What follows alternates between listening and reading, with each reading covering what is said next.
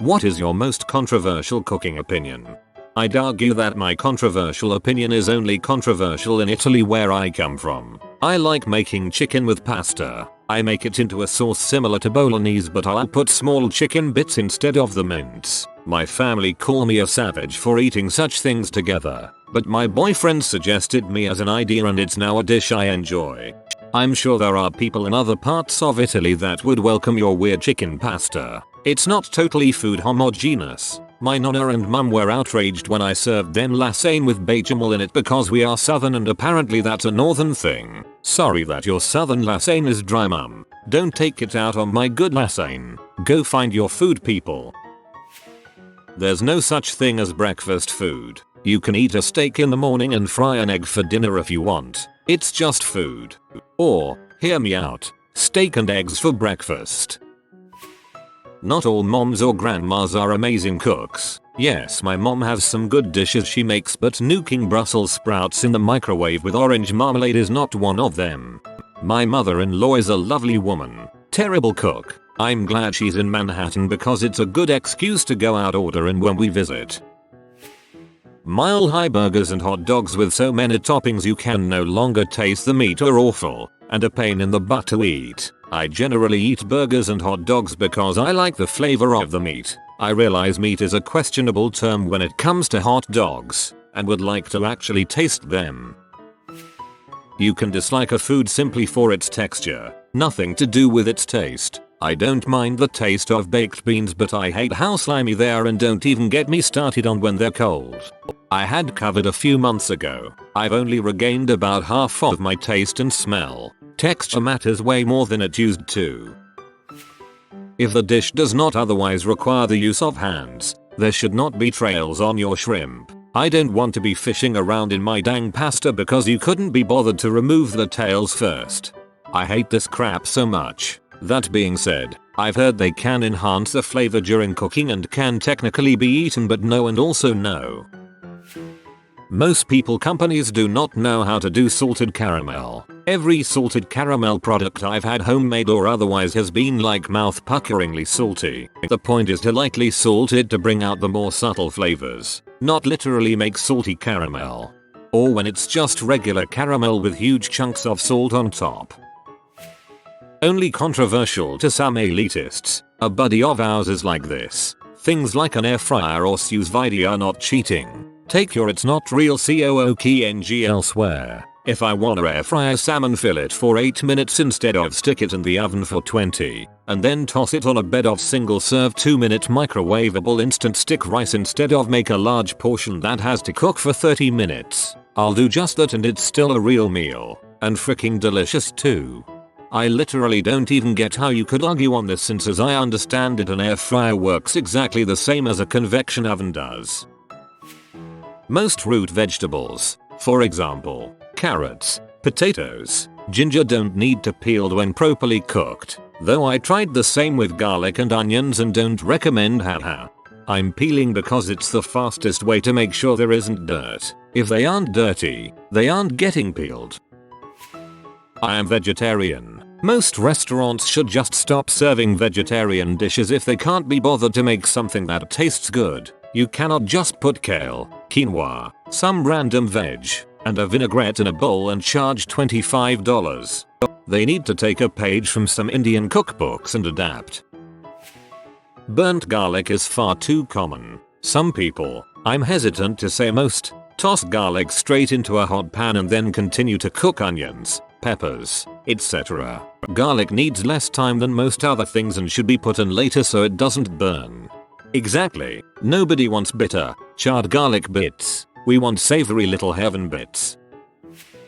I once used mayonnaise instead of butter on a grilled cheese out of desperation and it worked out fine. Smelled weird but had no difference in taste.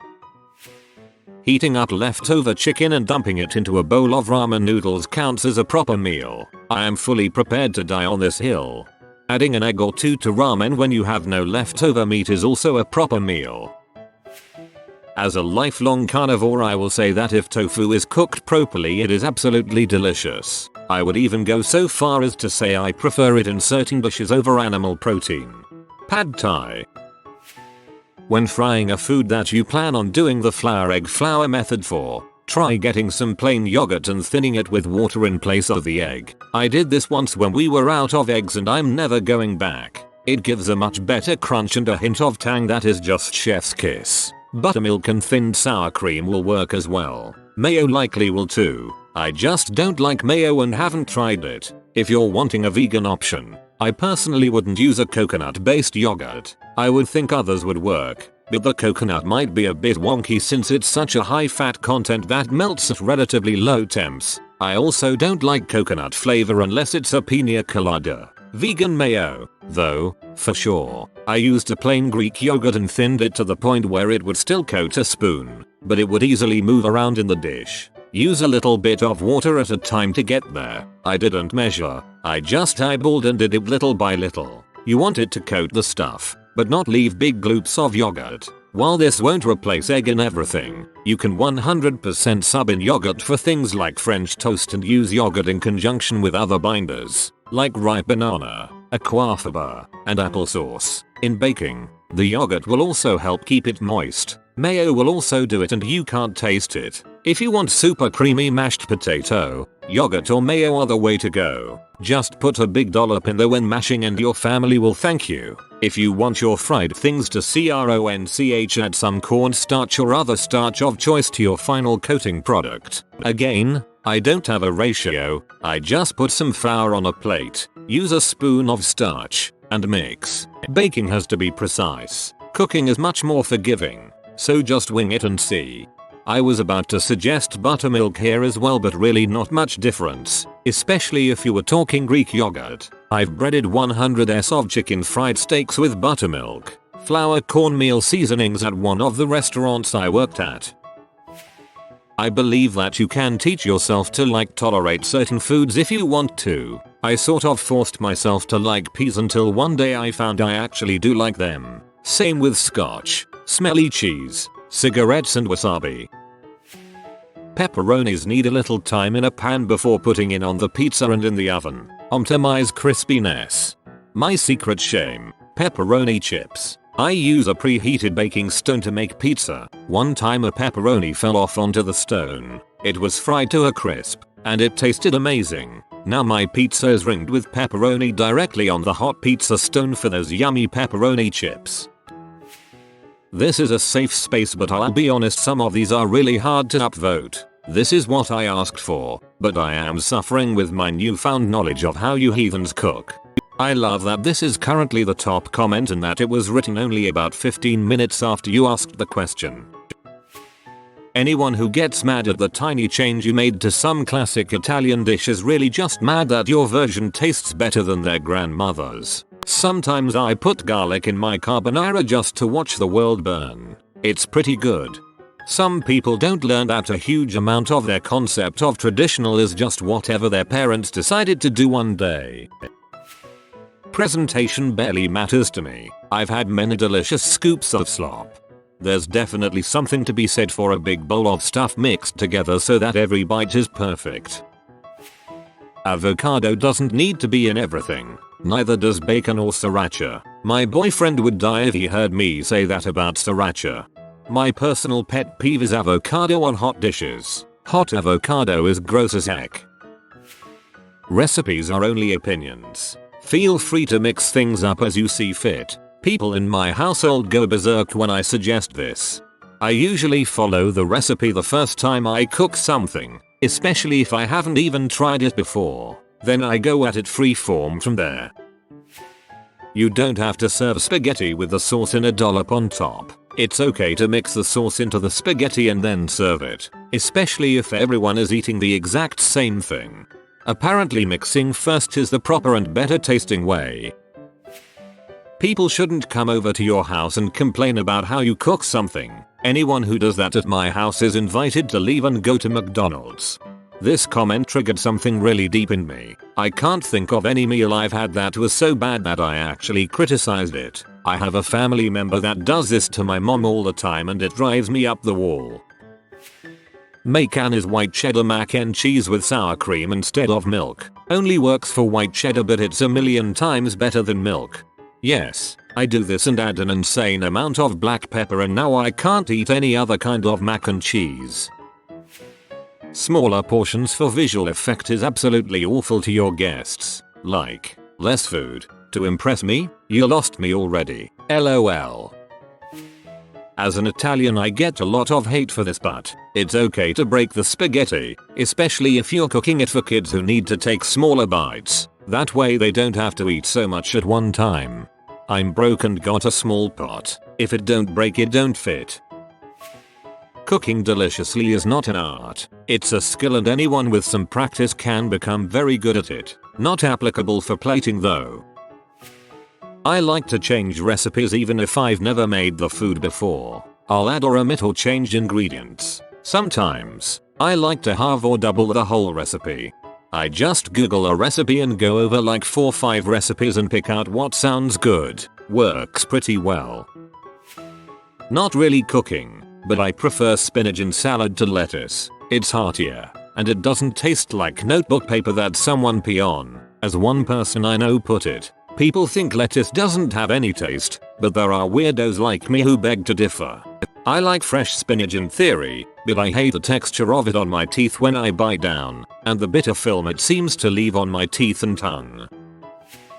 Pasta with butter and salt is a valid meal. Not mine, but my mom's. You're not really cooking if you're not making a mess. As for me, if a recipe tells you that you only need a teaspoon of this or just a tablespoon of that, totally open for interpretation, and if you like lots of garlic or ginger or onion or curry powder or whatever other spices float your boat, go nuts. Those recipes are more like guidelines than actual rules. Let's talk mixed drinks. There are some really delicious cocktails with a splash of vinegar in them. My advice is to share this with the drinker until after they taste it. Search for shrub cocktails. I like them for summer drinks best since it's cold in the winter where I live, but they'd be fun for a festive occasion anytime. It's okay to use dish soap on a properly seasoned cast iron pan, unless you go berserk with the scrubber. You're not gonna frick it up. Not every meal needs to have an animal in it. I am not vegan nor do I ever intend to stop eating meat, but after moving to Costa Rica I have added a number of meatless dishes to my diet. There are some flavors that you will only get with meat, but you know having rice and beans once a week for breakfast, lunch or dinner is a great change of pace. Yeah, I never realized how meat obsessed my family was until I moved out. As long as you get a couple food groups it's a solid meal in my book. Meat isn't the only thing that matters.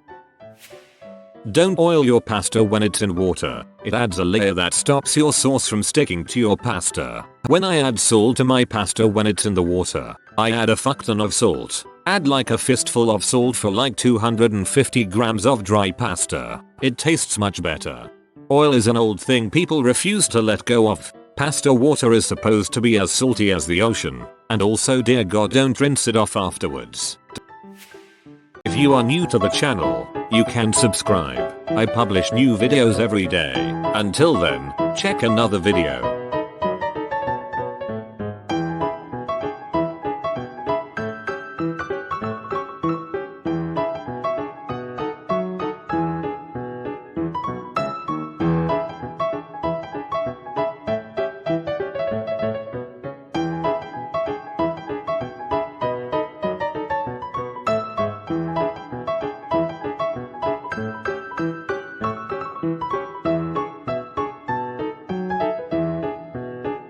Bye for now.